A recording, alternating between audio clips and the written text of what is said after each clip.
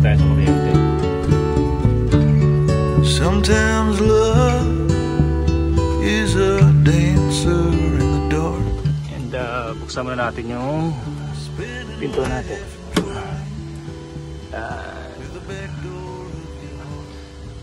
So dito ako guys kakain, dito ako upo para mas ramdam ko yung nature.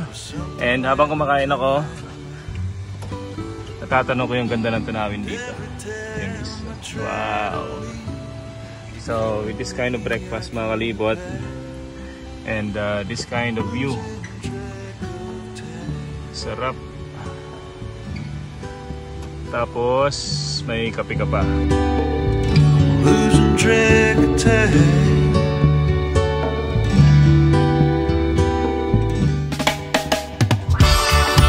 Bata pa lang ako, gusto ko nang malibot ang buong mundo. Ngayong malaki na ako, simulan natin sa paglilibot sa buong Pilipinas. Kasama ang tropa, pamilya at mga bagong makikilala. Bumili ako ng lumang jeep na hindi na ginagamit at i-convert natin to para maging camper jeepney. Lalagyan natin ng kwarto, CR, sala, kusina, top load at may solar sa taas. Para kasaman tayo mapadpad, ready tayo. At pag napadaan kami sa probinsya nyo, tara! Sama ka! Lilibutin ang buong Pinas, isasama ko lahat ng may gusto. Pagdating ko dyan sa probinsya nyo, dapat ready na lahat ng mga gamit mo. Magpaalam ka na sa nanay mo, makiusap ka na rin dyan sa boss mo. Lalo na pati sa jowa mo, kasi aalis tayo kahit saan mo gusto. Abutin man tayo sa dulo ng mundo, di ka magsisisi, pangako yan sa'yo.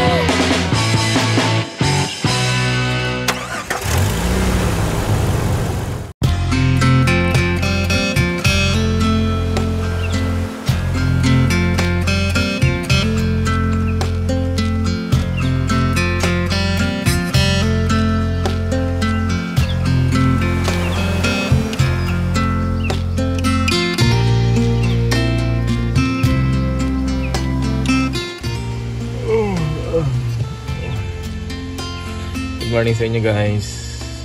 Dito kami sa Punta Caba. Dito pa rin tayo sa Kapakungan, Northern Allen Samar. And dito kami guys sa isang campsite dito. So medyo nahirapan lang kaming pumunta kahapon kasi medyo mababa yung mga wire papunta rito. So ito mga kalibot, medyo masikip tayo dito. Sabi tayo dito sa may bubong. Kaya gagawin natin, dito rin na doon. Kasi nga diba yung height ng jeep natin is more than 10 feet. And today mga kalibot, umalis pala si Mami saka si Jo, yung college friend ko. Kasi birthday today ng namayapang asawa ni Jo, si Mike, na tropa din namin. So to remember him, luto tayo mamaya ng mga pagkain. And so time check natin mga around 8 AM na siguro. And dito guys yung tip natin. Good morning Tiko. Ano mang gising ni Tiko Kape ka na? Kape ba lang? Kape tayo? Opo. So dito mga kalibot, ito naman tayong kape. Kain ko mo yung Tiko, yung power station natin. Ito.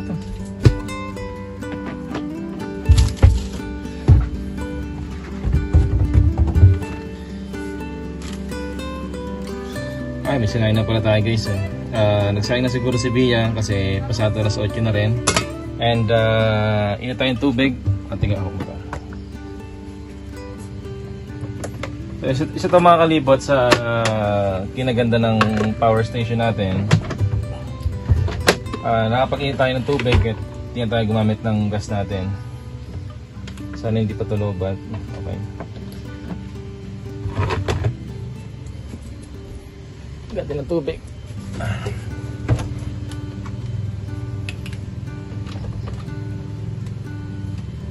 Kita ka na Kuya Antet. Kita na ko.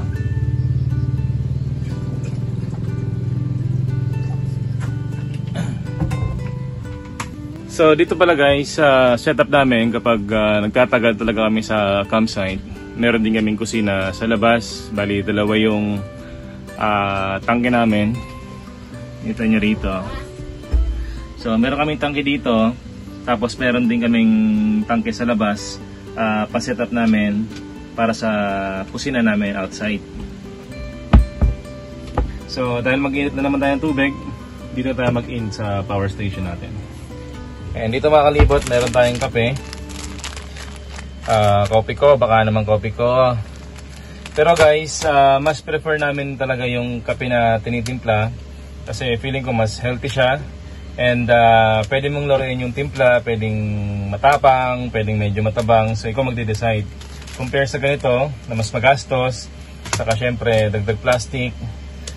Mas gusto talaga namin yung tinitimpla. Kaso naubusan kami, kaya ito muna sa ngayon. So, yan. Ito guys yung lagayan ng mga gamit natin sa ilalim ng lababo. Kakapi kami dalawa ni Tiko.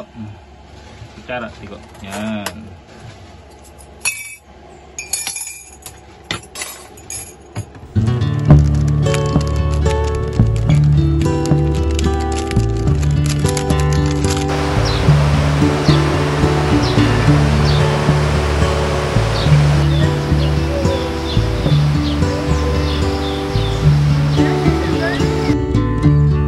Sometimes love is a river running strong,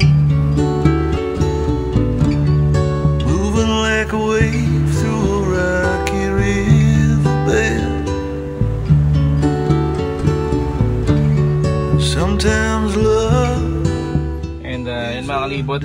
So bali kapag automatic siya, kapag nawala na yung ilaw, sabihin mainit na yung tubig.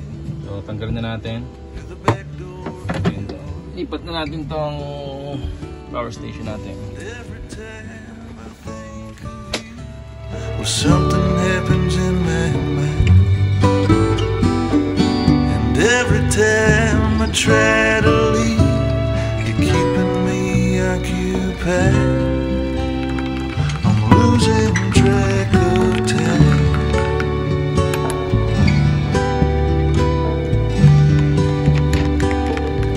Losing track of time. Ito guys, yung sobra nating init na tubig, lagyan natin sa thermos natin para kapag mayroong magkakape ulit, hindi na mag-init ng tubig, and para makatipid tayo sa kuryente. Kasi sa gantong buhay mga kalibot, isa talaga sa dapat na ma-master nyo is pag-manage ng kuryente. Kasi hindi naman tayo yung typical na nasa bahay na anytime pwede tayong magbukas ng ilaw, magbukas ng kuryente. Eh dito, nakadepende tayo sa mga solar panel natin na nasa bubong. Yung 800 watts natin plus yung 200 watts natin na portable. And ito mga kalibot, yung breakfast ko today. So bali ito yung mga tira kanina yung bahaw. Tapos silang lahat nag-breakfast na sila, kumain na sila. Ako kasi late na ako nagising kasi nag-edit pa ako kagabi. Mga alas 3 na yata ako nakatulog. And ito yung mga tira nila. So kain naman tayo guys.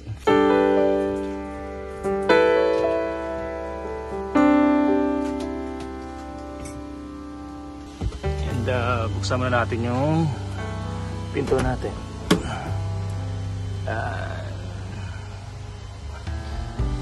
So dito ako guys kakain. Dito ako upo para mas ramdam ko yung nature. And habang kumakain ako, natatanong ko yung ganda ng tanawin dito. Ayan guys. Wow. So with this kind of breakfast mga kalibot, and this kind of view, sarap. Tapos may kape ka pa.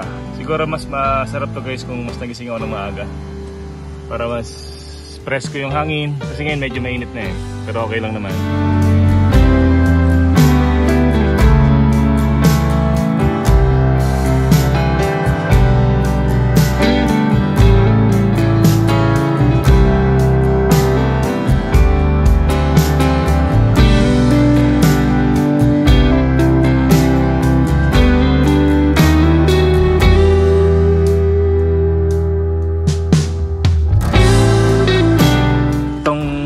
na to guys, si Bia nagluto nito. Prito lang siya tapos nalagyan niya ng asukal. Sarap din, masarap.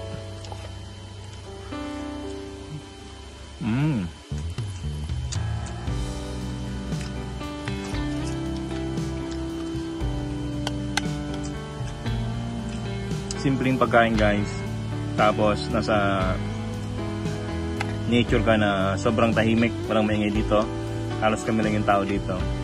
Perfect. Nga pala guys, nung nakaraang video, merong mga nag-comment na hindi maganda about dun sa pag-invite namin sa friend ko na si Joanna dito sa ginagawa naming lifestyle, sa pag-van life namin or sa pag-jeep life namin. So sabi nila, disrespectful daw, hindi maganda na nag-invite ng babae dito sa bahay namin, lalo't yun, kasama ko yung family, kasama ko yung asawa ko, yung anak namin.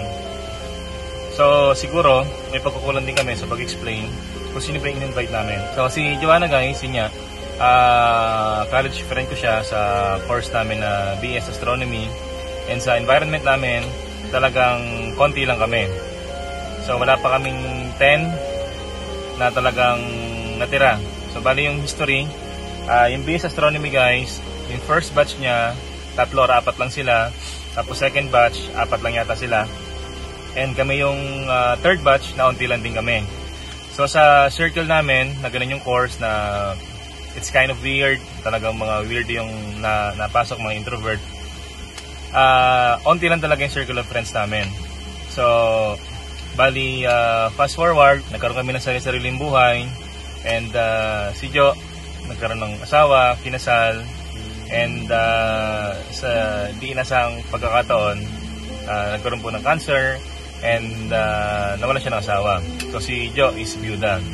So ito guys, yung pag-invite namin sa kanya, ito yung way or parang tulong na rin namin sa kanya para makapag-refresh, kumbaga para makatakas doon sa emotional tension na nararamdaman niya. Kasi napakahirap talaga guys mawala ng asawa syempre.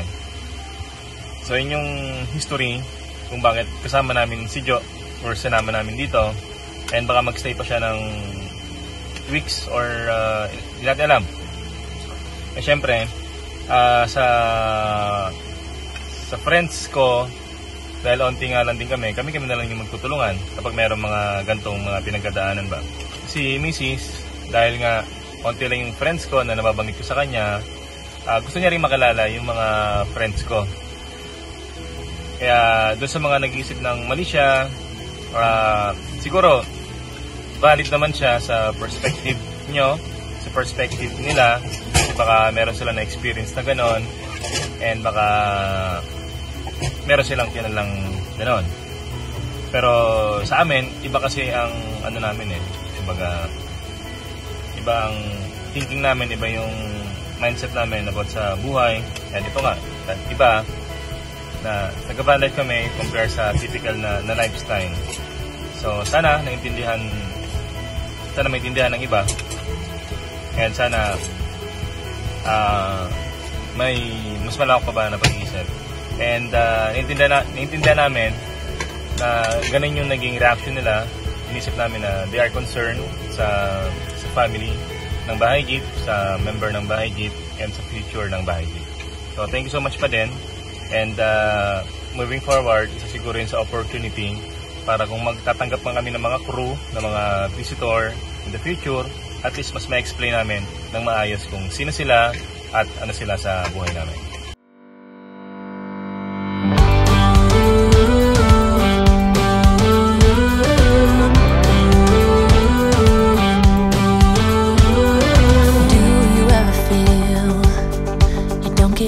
What you're putting in,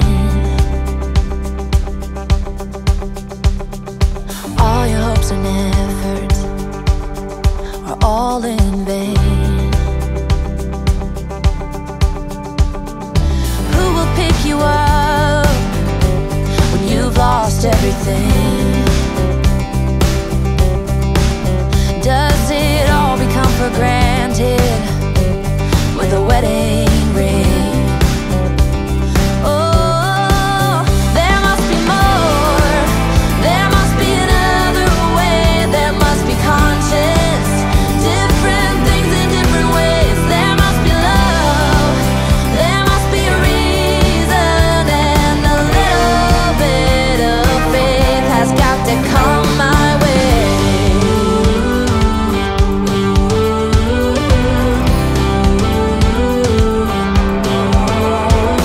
dito mga kalibot, meron tayong konting niluto dahil birthday ng husband ni Jo na 7 na. Happy birthday sa iyo, Mike. And sama natin yung crew natin and yung mga bago nating kaibigan dito sa Punta Caba. And mamaya guys, meron pa tayong ibang mga friends dito na darating. So kain muna tayo. I was just a little girl when my mama used to say, ooh, happiness requires work every day. Oh, and if that someone makes you smile and leaves you with a scar, don't let them tell you what you feel or who you are. Oh, there must be more. There must be another way. There must be conscience. Different things in different ways. There must be love. There must be a reason. And a little bit of faith has got to come my way.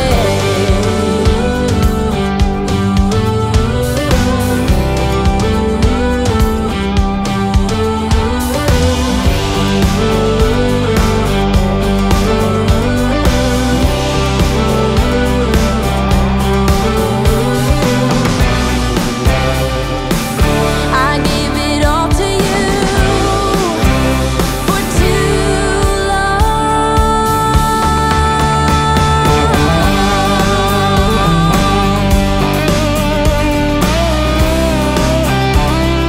Tol, Mike, huwag kang mag-alala, Tol.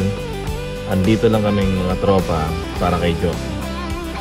Kung anumang tulong yung kailangan niya, andito lang kami para umalalay sa kanya at ibigay ang anumang tulong na kakayanin namin.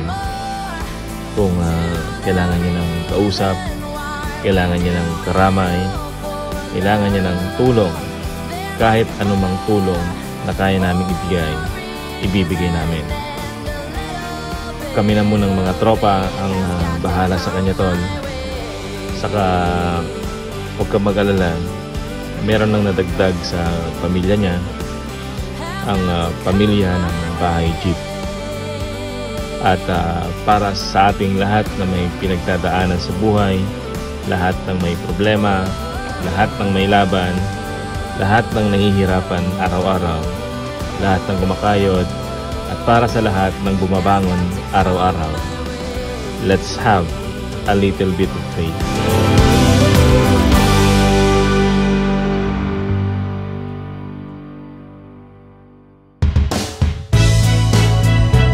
Meron nga pala kaming mga bagong kaibigan dito. Sila Kuya Dandoy, isang former international skateboarder, tubong Cebu at dito na nakatira ngayon sa Kabakungan. Kasama niya ang pamilya niya at ilan sa mga malalapit sa buhay niya. And today, tuturuan niya rin tayo kung paano mag-paddleboard at mag-surfing. Oy, yung drill. Dito, hapa ka. Turuan ng drill. Kapat, yung drill. Paano tumayo? Oo. Nakasay mo muna yung ulit. Uy, hindi may makawala sa'yo mamaya ngayon. Ano lang yan? Ano nga? Yung drill, ganyan. Oo, ganyan. Dapa ka. Oh. Tapos paddle. Tapos push up. Ganyan. Push up. Tapos ganyan. Paddle. Ganyan lang. Bagal na push up. Push up. Ayusin mo yung balance. Slow. Tayo. Ganyan. Yan. Yeah. Okay.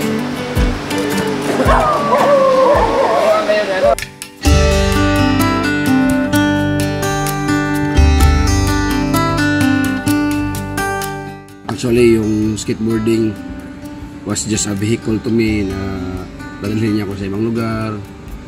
I make more networks and that time then it was a good provider to my career. And but ever since I started downhill skateboarding, surfing was always on the side until to the point na mas malaki na yung surfing ngayon more than my skateboarding. So somehow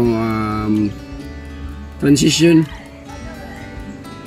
hindi siya ganyan kahirap siguro since I have kuyas and uncles surround me, tumutulong sa akin kung paano yung which direction to take din. Yung transition from surfboard to skating is hindi rin siya, actually nakita ko rin siya as may advantage ako na nag-skateboard ako. Hindi lang din sa skill na side, sa mga kaibigan din, mas marami akong networks from skating. Pero ngayon, slowly yung surfing, catch up na rin.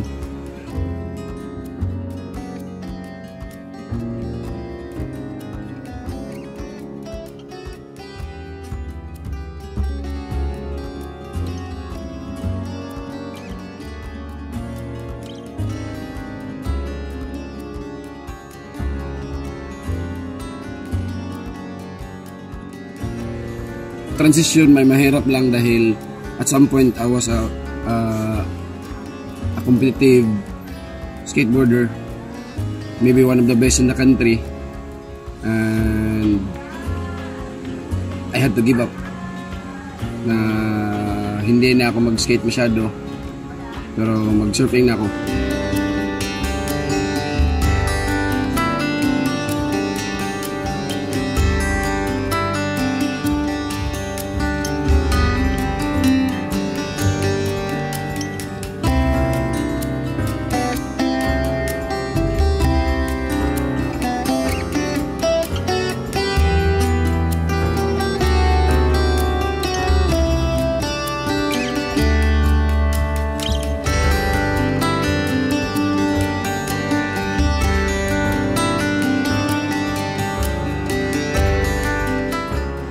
Ganyan talaga, kailangan mo bitawan yung isa. Kung may isa na parang feeling mo, fronter siya para sa'yo.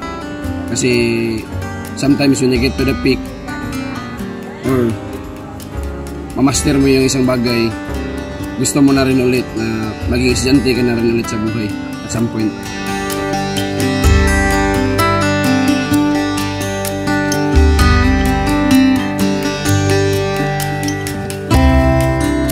And alam nyo ba mga kalibot, bilang tulong nila sa community dito sa Allen Northern Samar, para sa lahat ng gustong matutong mag-skateboarding, paddleboarding, or surfing, ini-invite nila lahat na pumunta dito sa lugar nila sa Punta Caba para matuto. And wala kang dapat ipag-alala dahil tuturuan ka nila ng libre and papahiramin ka rin nila ng gamit nang wala kang babayaran. And kung ikaw naman ay hindi taga Allen Northern Samar, huwag kang mag-alala dahil hindi sila naniningil ng mahal. Dahil ginagawa nila ang bagay na to dahil mahal nila.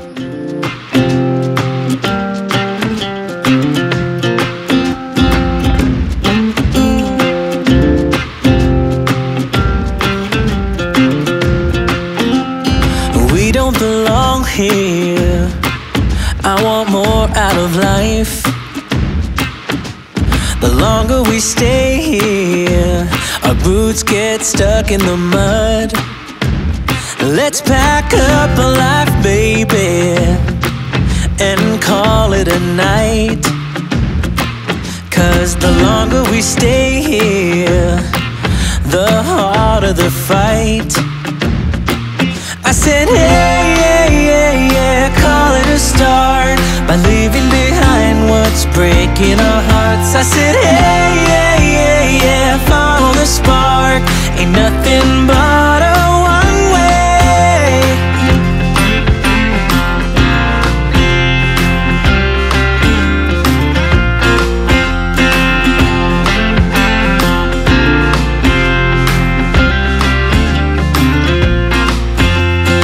We won't regret this.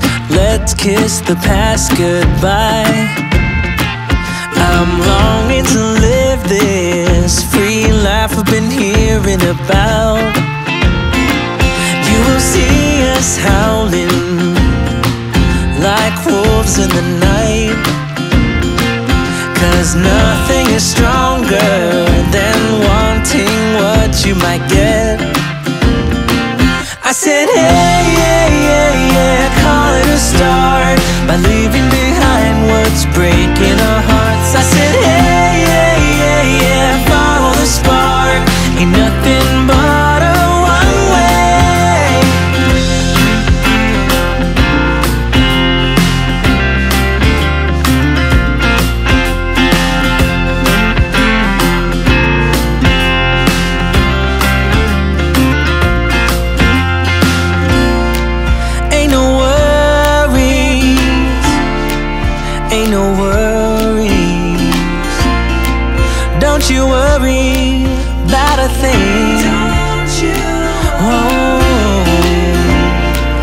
'Cause as long as we're together, home can be a million different things.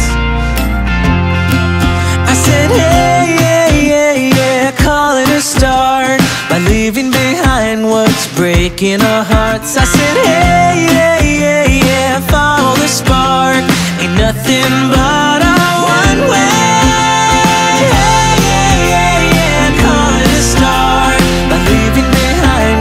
Breaking our hearts. I said, hey, yeah, yeah, yeah, follow the spark, ain't nothing but a one way.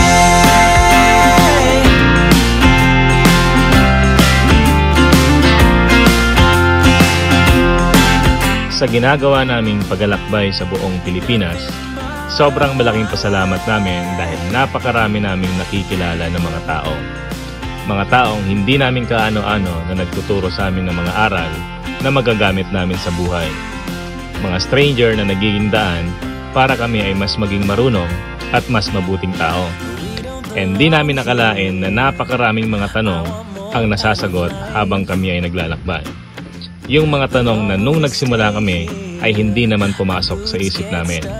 Mga sagot na gagabay sa amin sa araw-araw at mga turo na magpapatibay sa amin bilang isang tao at bilang isang pamilya. Natutunan namin sa grupong to na ang kasiyahan ay mas nagiging makabuluhan kapag nasishare mo sa ibang tao. So ngayon guys, kanina pa tayo tapos kumain. Bali nagligpit tayo, naghugas ng pinggan, naglinis ng mesa, naglinis lahat. And sila kanina pa sila nandun. So kailangan natin makahabol kasi padilim na guys. So huwag nating palagpasin yung pagkakataon na marunong tayong mag paddleboard saka mag-surfing. Tara na, G! And dito mga kalibot, once na marunong tayo dito mag-paddle saka mag-surfing, very big advantage natin yon. Kasi sa paglilipot natin sa buong Pilipinas, napakaraming coastline ng Pinas. So, mas may enjoy natin, mas magkakaroon tayo ng maraming adventure once na marunong tayo mag-paddleboard and mag-surfing. And baka pag-alis natin dito, meron na tayong surfboard. So, titingnan natin.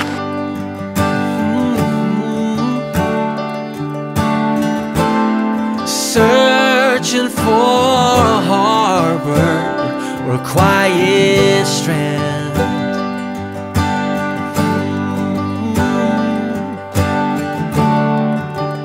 You could be the anchor that keeps my feet on the ground.